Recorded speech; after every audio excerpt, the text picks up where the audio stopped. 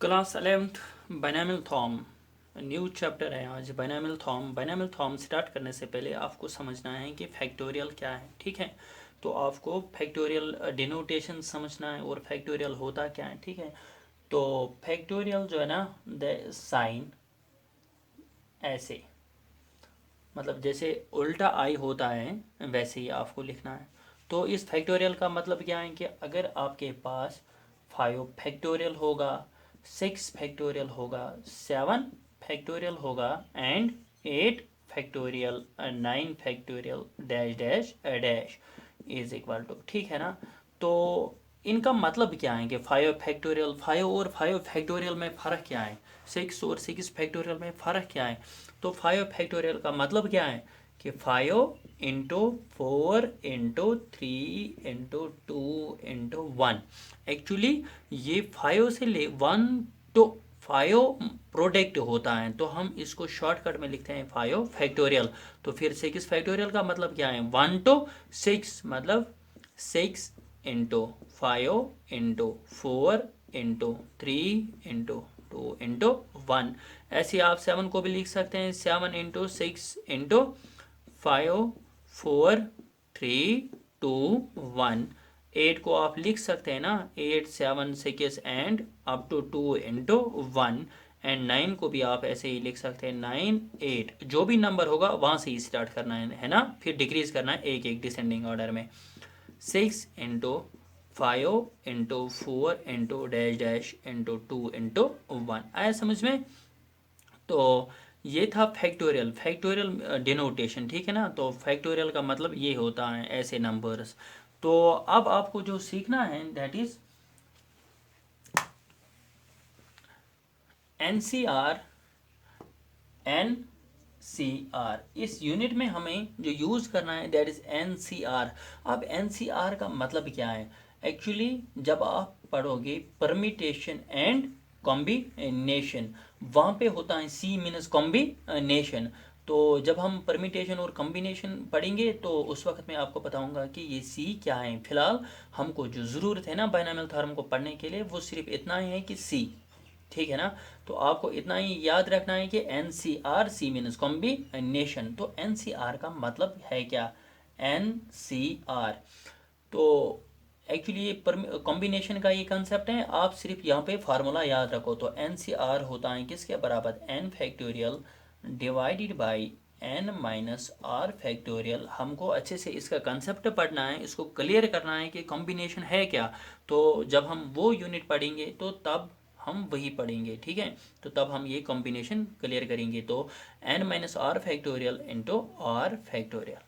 तो आप ये एक फार्मूला याद रखना, एन फैक्टोरियल किसके बराबर होता है, N minus R factorial bracket डाल के, ठीक है, factorial into R factorial. Suppose N जो है ना, एक बात याद रखना, ये जो आर है, आर ऑलवेज होता है less or equal to N. मतलब आर का जो वैल्यू होगा या तो वो बराबर होगा एन या लेस देन होगा एन, ठीक है।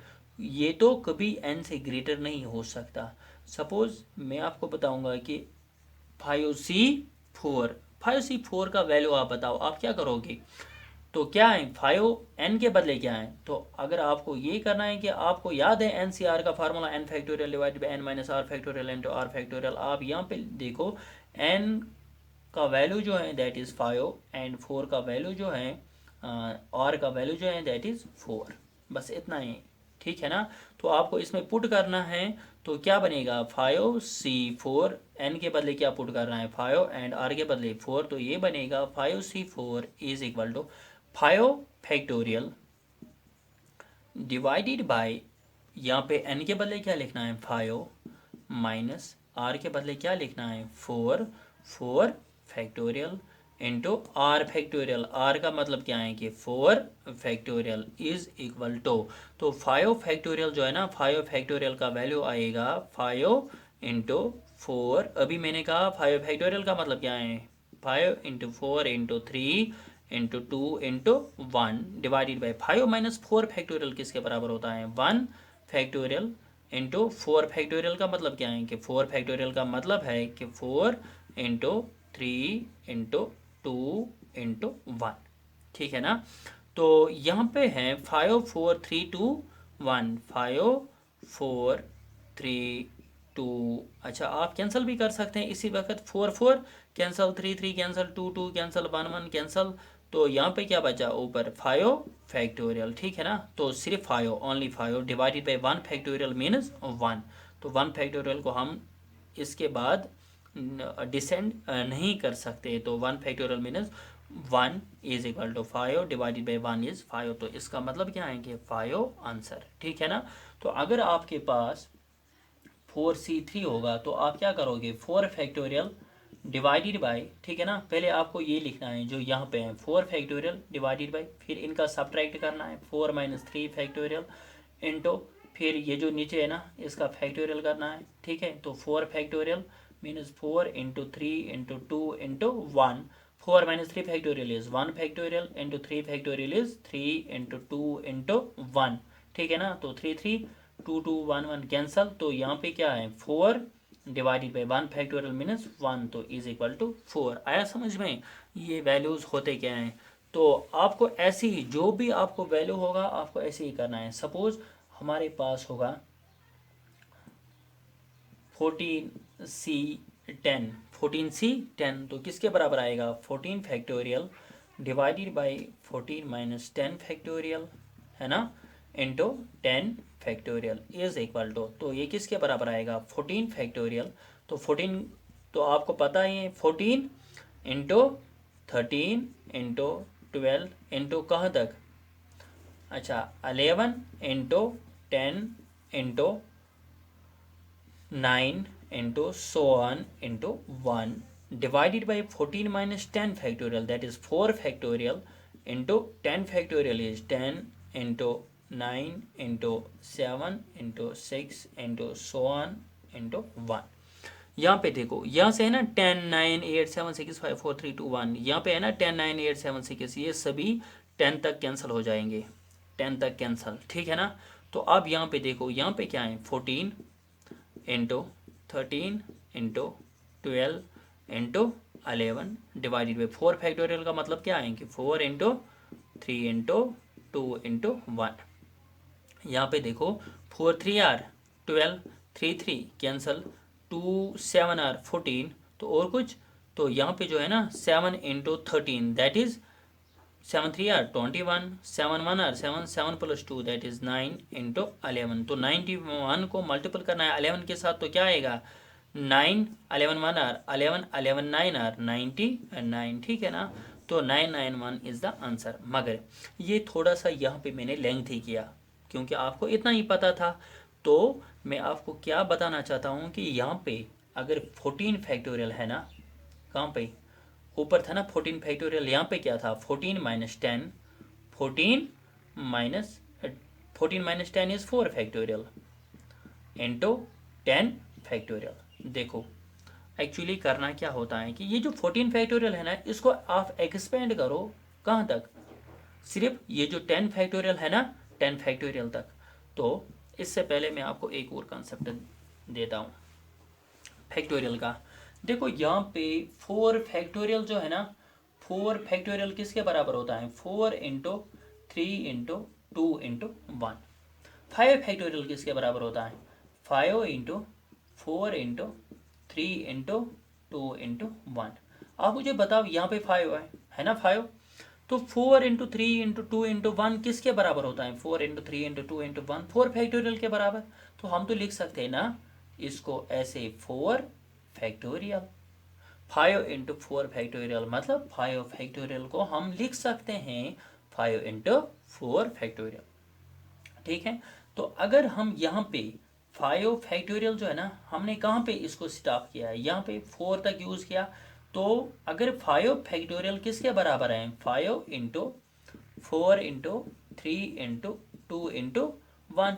हम इसको ऐसे भी लिख सकते हैं ना 5 इंटू 4, ये जो 3 2 1 है ना इसको हम लिख सकते हैं ना 3 फैक्टोरियल।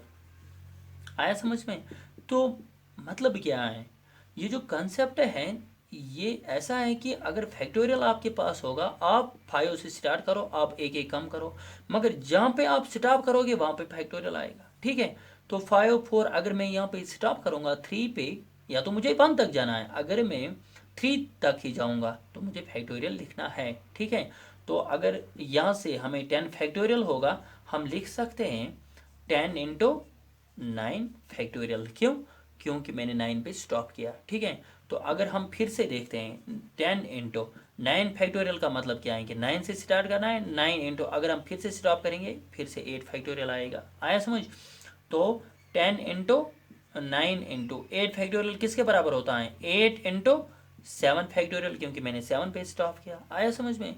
तो ऐसे ही आप जा सकते हैं। अगर हम यहाँ पे 10 इंटू 9 इंटू 8 इंटू 7 जो है ना एक्सपेंड करेंगे मगर स्टॉप नहीं करेंगे, 6 इंटू 5 4 3 2 1, तब फैक्टोरियल नहीं आएगा। तो 10 फैक्टोरियल किसके बराबर आ गया? वही है ना, 10 इंटू 9 इंटू 7 इंटू 6। आया समझ में? तो ये मैंने आपको क्यों बताया, क्योंकि यहाँ पे था 14 factorial divided bye 14 minus 10 factorial किसके बराबर? 4 फैक्टोरियल के बराबर। और यहाँ पे है 10 फैक्टोरियल, क्या है? 10 फैक्टोरियल इज इक्वल टू, तो मुझे आप बताओ 14 फैक्टोरियल है ना, इसको हम ऐसे एक्सपेंड कर सकते हैं ना, 14 इंटू 13 इंटू 12 इंटू 11 इंटू 10 पे हम स्टॉप करेंगे। क्यों?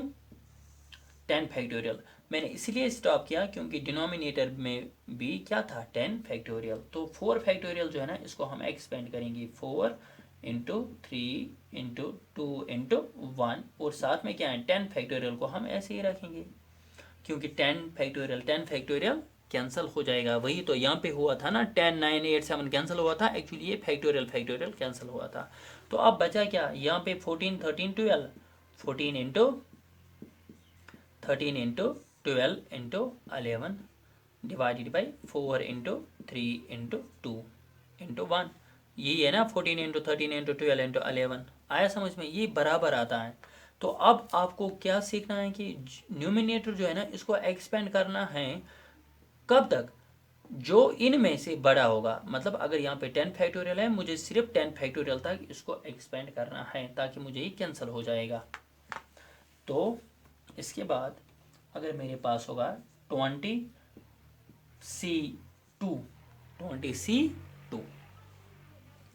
20 फैक्टोरियल डिवाइडेड बाय एक्सपेंड कैसे हो जाएगा? 20 minus 2 factorial into 2 factorial is equal to 20 factorial divided by 20 minus 2 is 18 factorial into 2 factorial. तो अब हम क्या करेंगे? या तो 20 फैक्टोरियल को ऐसे लिखना है 20 इंटू 19 18 1 तक, या तो आपको 18 पे स्टॉप करना है क्योंकि इनमें से यही बढ़ाएं ताकि 18 कैंसिल हो जाएगा। 20 into 19 into 18 factorial divided by 18 factorial into 2 factorial. 2 factorial को अगर आप एक्सपेंड करोगे तो क्या आएगा? 2 इंटू 1।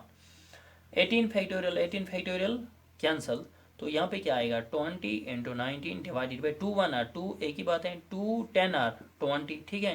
तो कैंसिलिंग मैंने की, 19 into 10 is 190, this is your answer. ऐसे आपको इजी हो जाएगा। तो ये क्या था?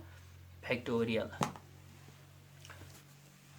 अभी बहुत कुछ पढ़ना है फैक्टोरियल में, बस आप फिलहाल इतना ही याद रखो जो मैंने आपको बताया, ठीक है। तो आज का क्लास इतना ही रहेगा, मगर आपको क्या करना है, यहाँ पे 14C7,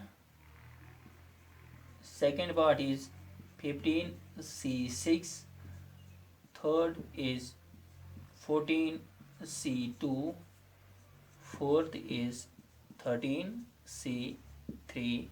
तो ये आपके लिए होमवर्क रहेंगे।